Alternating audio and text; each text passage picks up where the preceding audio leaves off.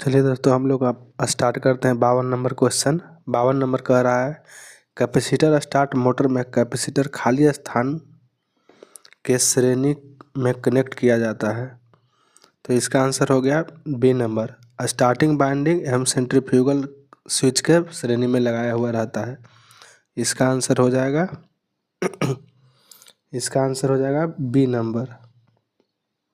ठीक है, अब चलते हैं हम लोग 53 पर। रिपल्सन मोटर में ब्रश को क्या किया जाता है? तो उसका आंसर हो गया सी नंबर। एक जंपर वायर द्वारा आपस में कनेक्ट कर दिया जाता है। तो इसका आंसर हम लगाएंगे सी नंबर। ठीक है, अब आते हैं 54 नंबर पे।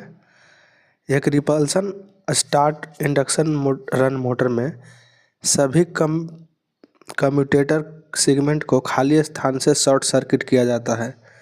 तो हम लोग उसको कैसे शॉर्ट सर्किट करते हैं? किसी भी शॉर्ट सर्किट युक्ति द्वारा उसको शॉर्ट सर्किट कर दिया जाता है। तो इसका आंसर हो जाएगा 2 नंबर। अब आते हैं हम लोग 55 पे। Repulsion start induction run motor में शॉर्ट सर्किटिंग युक्ति खाली स्थान द्वारा ऑपरेट होती है। तो ये होता है अपकेंद्री बल द्वारा। इसका आंसर हो जाएगा सी नंबर। अपकेंद्री बल द्वारा वो ऑपरेट होता है। अब चलते हैं 56 नंबर। फुल स्पीड पर चलती हुई मोटर की दिशा रिवर्स करने के लिए इलेक्ट्रिकल कनेक्शन के रिवर्स करने की क्रिया को क्या कहा जाता है? तो इस क्रिया को कहा जाता है प्लगिंग। तो इसका आंसर हो जाएगा 1 नंबर। अब आ रहा है 57 पे। यूनिवर्सल मोटर की स्पीड कम करने की सबसे अधिक समान यांत्रिक विधि क्या है? तो यूनिवर्सल मोटर के गति कम करने का समान विधि है 2 नंबर गियरिंग के माध्यम से हम उसका स्पीड आसानी से कम कर सकते हैं। अब 58 देखते हैं। कह रहा है 58 शेडेड पोल मोटर में रोटेटिंग चुंबकीय क्षेत्र खाली स्थान के द्वारा उत्पन्न की जाती है।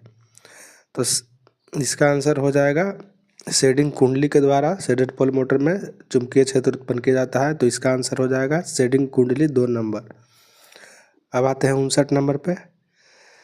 शेडेड पोल मोटर की घूमने की दिशा खाली स्थान द्वारा परिवर्तित की जा सकती है।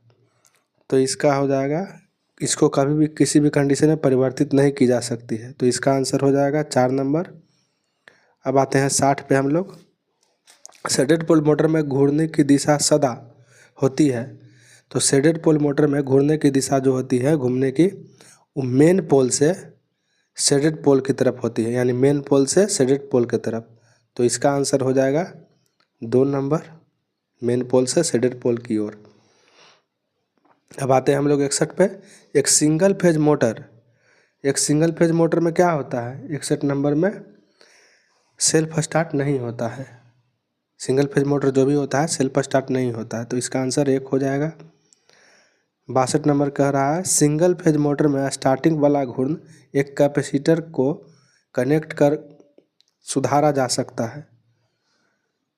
तो इसका हो गया मुख्य वाइंडिंग के साथ श्रेणी में कनेक्ट करके सुधारा जा सकता है।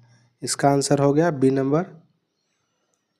अब कह रहा है सिंगल फेज कैपेसिटर मोटर के रोटेशन की दिशा खाली स्थान द्वारा बदली जा सकती है। तो स्टार्टिंग वाइंडिंग अथवा मुख्य वाइंडिंग किसी एक का कनेक्शन को पलट के उसका घूमने की दिशा को परिवर्तित किया जा सकता है। तो इस आधार पे इसका आंसर 4 हो जाएगा। आते हैं 64 पे। शेडेड पोल मोटर का उपयोग सामान्यतः कम होता है क्योंकि इसमें क्या क्या इसका कमी होने के कारण इसका प्रयोग कम होता है। तो देखिए इसमें क्या क्या होता है। पहले इसका प्रारंभिक बलागुण काफ़ी कम होता है, ठीक है। इसका पावर फैक्टर भी काफ़ी कम होता है, ये भी सही है। सी में कह रहा है इसकी रोटेशन की दिशा सरलता से परिवर्तित नहीं की जा सकती है, ये भी सही है। इस आधार पर हम कह सकते हैं कि इसका आंसर हो जाएगा उपयुक्त में से सभी, यानी कि इसका चारों सही हो जाएगा, चलिए तीनों सही हो जाएगा। तो हम लगाएंगे उपयुक्त में से सभी। अब आते हैं 65 नंबर पे। 65 नंबर कह रहा है उच्च स्पीड तथा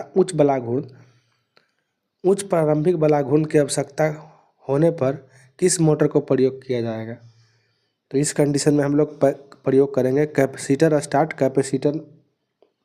सॉरी 65 नंबर का आंसर हो जाएगा यूनिवर्सल मोटर का प्रयोग करेंगे हम लोग। नेक्स्ट कह रहा है 66 number, single phase universal motor को खाली स्थान पर प्रयुक्त किया जा सकता है। तो सिंगल फेज यूनिवर्सल मोटर को हम लोग AC DC दोनों से प्रयोग चला सकते हैं। तो इसका आंसर हो जाएगा सी नंबर, AC और DC दोनों पर चलाया जा सकता है। ठीक है, आगे आते हैं हम लोग 67 नंबर कह रहा है पिस्टल टाइप ड्रिल मशीन के लिए प्रयुक्त सिंगल फेज मोटर होता है। तो पिस्टल टाइप जो ड्रिल मशीन होता है उसमें हम लोग यूनिवर्सल मोटर का प्रयोग करते हैं। तो इसका आंसर हो जाएगा D नंबर। आगे है कह रहा है 68 नंबर, यदि एक फेज मोटर में स्टार्टिंग वाइंडिंग डिस्कनेक्ट नहीं होती है तब क्या होगा। तो उस कंडीशन में क्या होगा, उच्च धारा लेगी और वह गर्म हो जाएगी। तो इसका आंसर हो जाएगा D number. Shaded pole motor में घूर्णीय चुंबकीय क्षेत्र किस प्रकार से उत्पन्न की जा सकती है।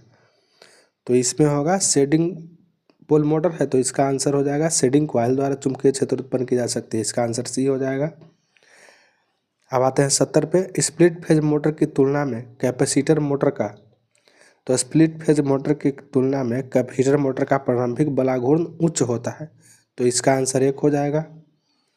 अब आते हैं लास्ट क्वेश्चन, फ्रैक्शनल मोटर में सबसे कम मूल्य वाला मोटर कौन होता है। तो फ्रैक्शनल मोटर वाला में सबसे कम मूल्य वाला होता है शेडेड पोल मोटर। तो इसका आंसर हम लोग C लगाएंगे। चलिए इसके साथ सिंगल फेज इंडक्शन मोटर का हम लोग ऑब्जेक्टिव ख़त्म कर दिए हैं। अगर वीडियो अच्छा लगे तो लाइक कीजिए, सब्सक्राइब कीजिए और दोस्तों के बीच शेयर कीजिए। वीडियो देखने के लिए